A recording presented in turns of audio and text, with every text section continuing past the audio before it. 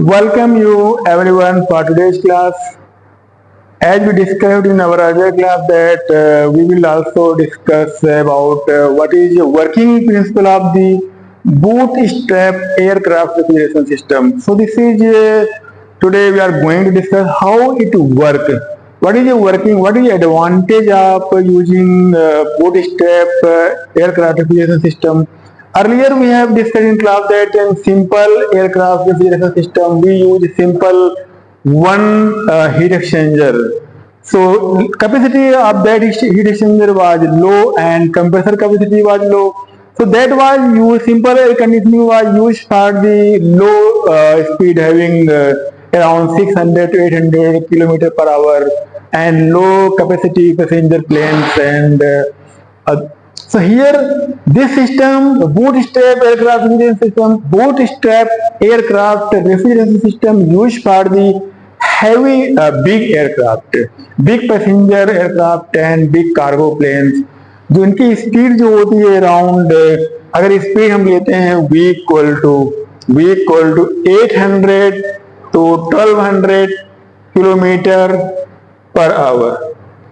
अगर इतनी स्पीड होती है 300 से 400 पैसेंजर बैठ सकते हैं तो उसके लिए simple aircraft refrigeration system sufficient नहीं होता, उसके लिए हम यूज करते हैं bootstrap aircraft refrigeration system. It's having huge capacity. तो कैसे काम करता है, let us see. First we make a design schematic of the this bootstrap refrigeration system. तो कैसे हम इसको बनाते हैं, पहले देखिए।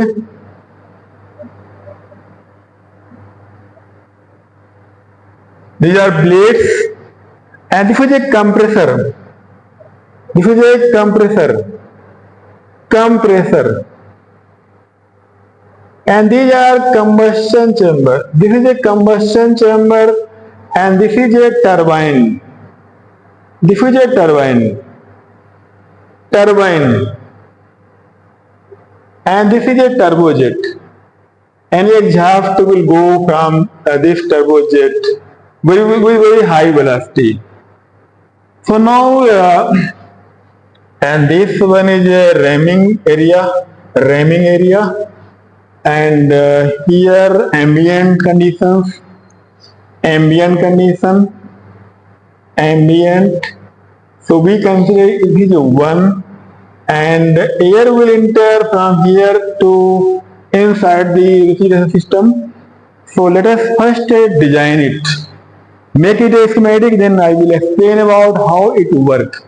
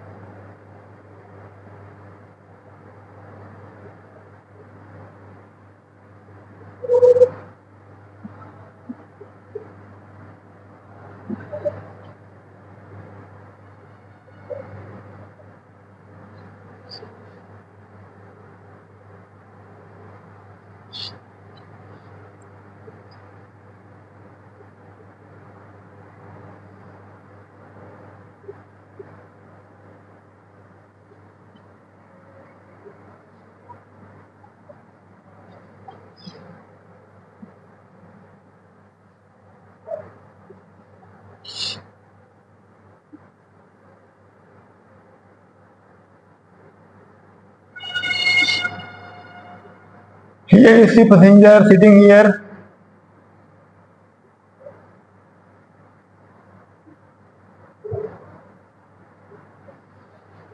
This is a cabin where passenger sit, and this is a expander turbine. Expander turbine. This is a auxiliary compressor. AU compressor. This is a heat exchanger 1.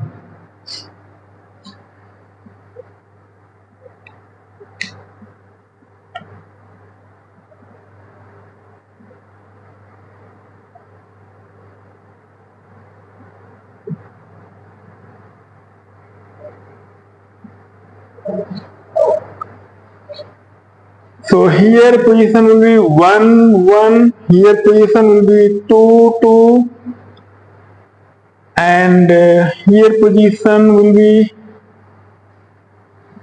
after here position will be 3 3, and here after coming from compressor 4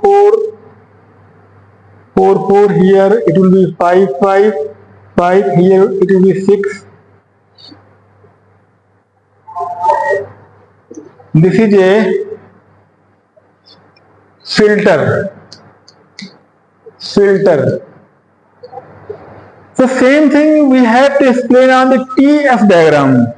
This is a complete schematic of the, this one is a HE1.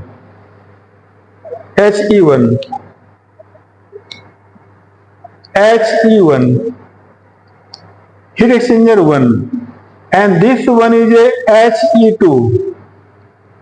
Heat exchanger 2, heat exchanger 1, and here we bypass the high pressure high temperature gas 2 2, and here low pressure low temperature gas from here. So working fluid is a gas, means air, and let us draw TF diagram first so that we can easily explain how it is working. TF diagram, easily we can explain how it works.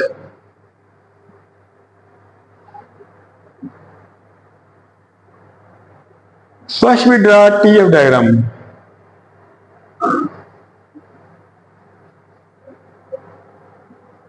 Temperature entropy diagram. We can easily explain working of the bootstrap aircraft refrigeration system. So first take us ambient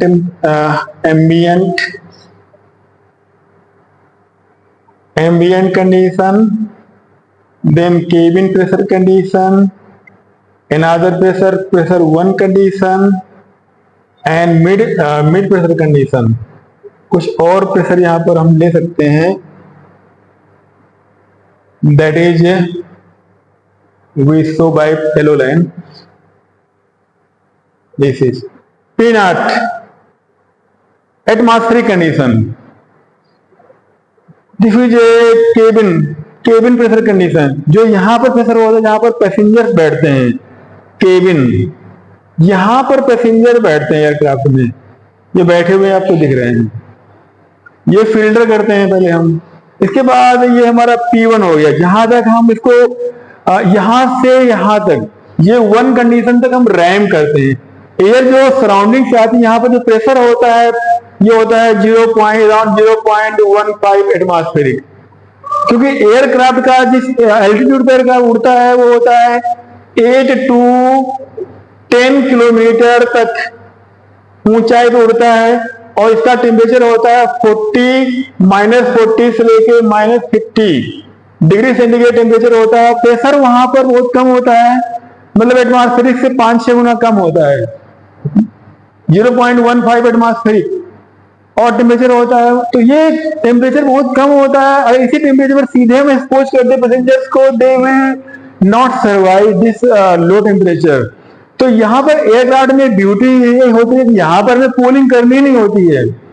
यहाँ पर जो होती है हमारा pressure यहाँ पर बहुत कम होता है, प्रेशर को रेज करना होता है, एंड टेम्परेचर को भी रेज करना होता है अप टू कंफर्टेबल लेवल। यहाँ पर जो हम सप्लाई करेंगे एयर की, that will have temperature around 25 degree centigrade and pressure will be around slightly less than atmospheric और स्लाइटली मोर देन एटमॉस्फेरिक।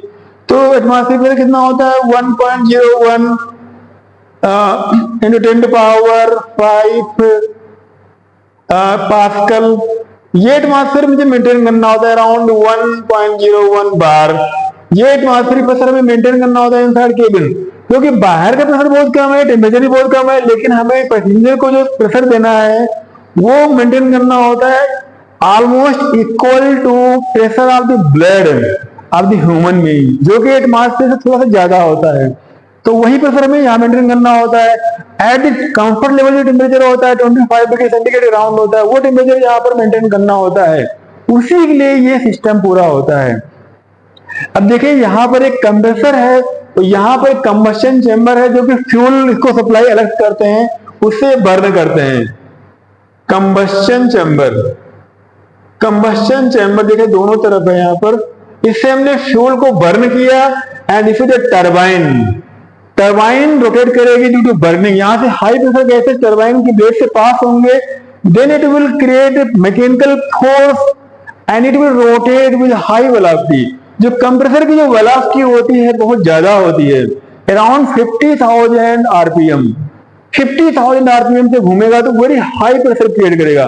पहले तो due to ramming action, aircraft की स्पीड बहुत ज्यादा होती है, तो क्या होगा, जिस स्पीड से एयरक्राफ्ट मूव कर रहा होगा उसी स्पीड से एयर अंदर आएगी। Almost 800 kilometre to 1200 kilometre per hour की स्पीड से जब एयर अंदर आएगी तो ड्यू टू रैमिंग एक्शन, यहाँ की डिजाइन ऐसी होती है कि due to ramming action kinetic energy will convert into pressure energy and a lot of pressure will increase. तो यहाँ पर हमने दो यहाँ पर वेंट दिए, एक वेंट यहाँ पर दिया है, एक वेंट यहाँ दिया है। तो ये जो होगा वो उसका प्रेशर कम होगा एंड टेम्परेचर भी करीब होगा अराउंड 40 डिग्री सेंटीग्रेड की टेम्परेचर अराउंड होगा इसका। जब रैमिंग के बाद यहाँ जो टेम्परेचर आएगा 40 से 50 डिग्री सेंटीग्रेड या कम होगा, लेकिन मोर देन -40 टू -50 होगा। तो ये जो प्रेशर होगा एंड टेम्परेचर होगा कम होगा। इसके बाद जो अंदर जो एयर जाएगी due to ramming action of the compressor, ये कंप्रेसर इसको रैम करेगा and it will further enhance temperature. तो पहला वाला पॉइंट जब यहां से स्टार्ट कर रहे हैं तो यहां से फर्स्ट तक आएगा due to ramming of the air, due to ramming of the air यहां तक आएगा 0 से लेके 1।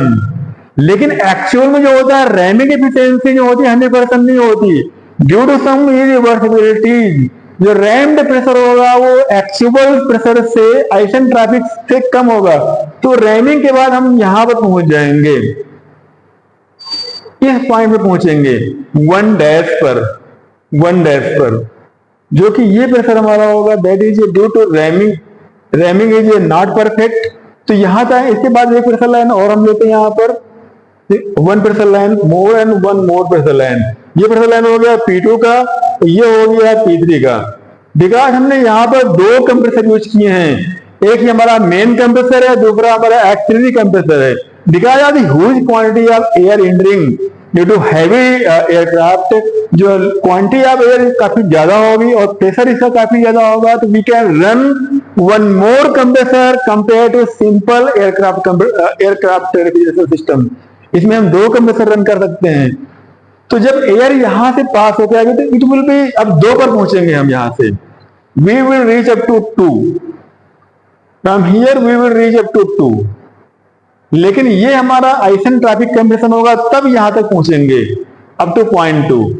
एक्चुअल में क्या होता है, it is a not isentropic compression, because जब यहां से एयर पास हो गई due to irreversibility, due to frictional losses, entropy हो जाएगी इसकी इनहैंस। तो जो एंट्रोपी इंक्रीज जब कर जाएगी तो आइसेंट्रोपिक एक्सपेंशन नहीं होगा। तो वो एक्सपेंशन कैसा होगा, वो यहां पर पहुंचेगा एक्सपेंशन हमारा, ये हमारा पहुंचेगा 2 डैश पर। That is a actual compression. Actual में यहां पर आएंगे। इसके बाद क्या होगा, जब हम 2 पर पहुंच गए, जब 2 पर पहुंचेंगे तो अब ये 2 पर जब देखिए यहाँ पर फर्स्ट हीट एक्सचेंजर, यहां से कोल्ड एयर लो प्रेशर जिससे कॉन्टेक्ट में आएगी तो उसका टेम्परेचर डाउन हो जाएगा। 2 से हम पहुंचेंगे 3 पर, तो टेम्परेचर हमारा इसका डाउन हो गया तो हम पहुंच गए 3 पर। 3 पे पहुंच गए। अब 3 में क्या होगा, इसके बाद हम 3 में क्या कर रहे हैं, what we are doing in at 3। हम 3 में क्या कर रहे हैं, अगेन जब हम 3 में पहुंचेंगे हम तो क्या करेंगे, वी पासिंग इट थ्रू एक्स3 कंप्रेसर। तो कंप्रेसर में क्या होगा, it will further enhance pressure. तो 3 से 4 पहुंच जाएगी तो प्रेशर फर्दर इनहैंस होगा, तो वी विल रीच 3 to 4। लेकिन ये भी जो हमारा कंप्रेशन होगा, it is not a isentropic compression due to irreversibility and frictional losses. इसका जो प्रेशर होगा वो, इसका जो टेम्परेचर राइज होगा ज्यादा होगा, ये हमारा टेम्परेचर राइज ज्यादा हो जाएगा, तो ये हम यहाँ पर पहुंचेंगे, प्रेशर तो सेम रहेगा, टेम्परेचर जो हमारा होगा वो ज्यादा राइज कर जाएगा ड्यू टू इरिवर्सिबिलिटीज। तो ये हो जाएगा हमारा 4 डैश। ठीक है, अब हम 4 डैश से फिर देखिए, 4 डैश से कहां पर जा रहे हैं, 5 पर जा रहे हैं, फिर से कूलिंग हो रही है यहाँ पर, सेकेंड हीट एक्सचेंजर से ये फिर से यहाँ से पास हो रही है, cold air it will again come in contact with the cold air passing to second heat exchanger। तो अभी हम 4 से यहाँ पर कहां पहुंच जाएंगे, 4 पहुंच जाएंगे 5 पर। अब 5 पर पहुंच गए, अब 5 से क्या हो रहा है, इट इज नाउ एक्सपेंडिंग। एक टरबाइन लगा हुआ जो एक्सपेंडर की तरह काम कर रहा है, तो क्या होगा, pressure and temperature both will go down. तो प्रेशर एंड टेम्परेचर दोनों कम हो जाएंगे यहाँ पर। तो हम कहां तक जाएंगे, केबिन प्रेशर तक हमें लाना है, क्योंकि इसके बाद जो एयर सप्लाई होगी टू केबिन जहां पर पैसेंजर बैठे हुए हैं, तो इसको हम यहां तक लेके आए। लेकिन जो होगा आइसेंट्रोपिक जो होगा वो तो ये होगा 5 to 6। लेकिन यहां पर क्या हो रहा है, जो आइसेंट्रोपिक इसकी जो एफिशिएंसी 100% नहीं एक्सपेंडर की, तो एक्चुअल जो ड्रॉप ऑफ टेम्परेचर होगा वो कम होगा कंपेयर टू आइसेंट्रोपिक। तो ये वाला प्रोसेस हमारा कहां पर जाएगा, ये प्रोसेस यहां पर आएगा 6 डैश पर। ये टेम्परेचर होगा 6 से ज्यादा होगा। अगर हम यहां पर टेम्परेचर डिफाइन कर लें, अगर यहां पर हम टेम्परेचर डिफाइन करते हैं, if we define temperature here, you will see, ये मिटा देते हैं इसको में, because it is overlapping here। तो now we define temperature, this temperature highest temperature होगा यहाँ पर T2 डैश होगा, T2 डैश। जो टेम्परेचर आपको मिलेगा हाईएस्ट होगा T2 dash, that is a T2 dash. फिर आपको सेकंड हाईएस्ट होगा वो होगा T2, उसके बाद T4 डैश, T4 डैश, फिर आएगा next 4, then 5, T5, then T3 and then ये हमारा 1 भी है, T1 एंड T6। T6 यहां पर आएगा, T6 हो गया, एंड T6 डैश थोड़ा ऊपर रहेगा इसके, T6 dash and there are so many. Exit pressure define होता है क्वेश्चन में, एग्जिट प्रेशर, एग्जिट टेम्परेचर कितना रखा, 25 degree centigrade, 26 degree centigrade, 27 degree centigrade, that will be exit temperature. अब देखिए हम 5 तक यहां पर आ गए, तो 5 के बाद it will expand through turbine and pressure will drop, pressure and temperature will drop up to the cabin pressure and temperature, that is a 6 isentropic and 6 dash actual, and then cooling action will take place from 6 to exit pressure of the cabin। यहां से filter होके air अंदर आएगी and थोड़ा सा गर्म होके यहां से बाहर निकल जाएगी, क्योंकि यहां पर जो टेम्परेचर होगा वो क्या होगा, 6 डैश होगा, और यहां पर जो टेम्परेचर दिया होगा वो T एग्जिट जो होगा वो गिवन होगा 25 डिग्री सेंटीग्रेड या समथिंग एल्स। ये पॉइंट डिफाइन यहाँ पर नहीं होता है, depend upon the what is temperature is given, on that basis you can solve the question. अब क्वेश्चन सॉल्व करने के लिए यहाँ पर होता है कि ऑल दी रिलेशन, दिस जो साइकिल हमने बनाई है पीएफ डायग्राम की, it is based on the Brayton cycle. अब जो हम 0 से 1 आ रहे हैं, एक रिलेशनशिप आपको मालूम है यहाँ पर, जो रिलेशनशिप होता है T2 by T1 equal to T2 by P1 to power gamma minus 1 upon gamma. Using this relationship everything become very very simple. जो भी टेम्परेचर अननोन होगा, प्रेशर कोई एक चीज अननोन होगी, T2 अननोन है, T2 निकल आएगा, उसके बाद टेम्परेचर एफिशिएंसी दिया होगा, उससे हम T2 डैश निकाल लेंगे, फिर यहाँ से यहाँ हम रिलेशनशिप लगाएंगे T5 by T6, then we can find out कि जहाँ टरबाइन का एफिशिएंसी दिया होगा उससे निकाल लेंगे T6 डैश। क्वेश्चन अगर आपको वर्किंग मैकेनिक्स समझ में आ जाती है, then question is very very easy. Only thing is that procedural approach you have to adopt. इसमें important क्या होता है, what is the process, how it is occurring and how it can be represented by TF diagram. अगर आप TF diagram गलत बनाएंगे तो question फिर गलत ही हो जाएगा। फिर कुछ भी कर लें, अगर TF diagram में एक भी स्टेप गलत हो गया तो क्वेश्चन का आंसर जो आएगा वो सही आंसर नहीं आएगा। तो पहले आपको मैकेनिक्स मालूम होना चाहिए, कहाँ कहाँ से हीट एक्सचेंज हो रही है। यहाँ पर हीट एक्सचेंज 1 है, यहाँ पर 2 है, जहां जहां से हीट एक्सचेंज हो रही है यहाँ से प्रेशर ड्रॉप होगा, टेम्परेचर ड्रॉप होगा, यहाँ पर प्रेशर इंक्रीज होगा, टेम्परेचर इंक्रीज होगा, यहाँ से यहाँ तक आने पर प्रेशर इंक्रीज होगा, टेम्परेचर इंक्रीज होगा। ये सारी स्टेप अगर आपको मालूम है, then you can easily solve this question. और इसका कितना यूज है, आजकल जो गेट एग्जामिनेशन जो होता है, इंडियन इंजीनियरिंग सर्विसेज में भी क्वेश्चन आ जाता है, बन के बढ़िया क्वेश्चन बनता है, ये बड़ा ही कॉन्सेप्चुअल क्वेश्चन बनता है। सो आई थिंक नेक्स्ट क्वेश्चन एक बढ़िया क्वेश्चन मैं इस पर सॉल्व कराऊंगा, so that your concept will become crystal clear. Thank you very much for watching. और मैं आपसे रिक्वेस्ट कर सकता हूँ कि अगर आपको ये अच्छा लगता है, please subscribe it because we make so many lectures on mechanical engineering and competitive examination and moral stories, so everything will come to you if you subscribe. Thank you very much for joining and watching it. Thank you.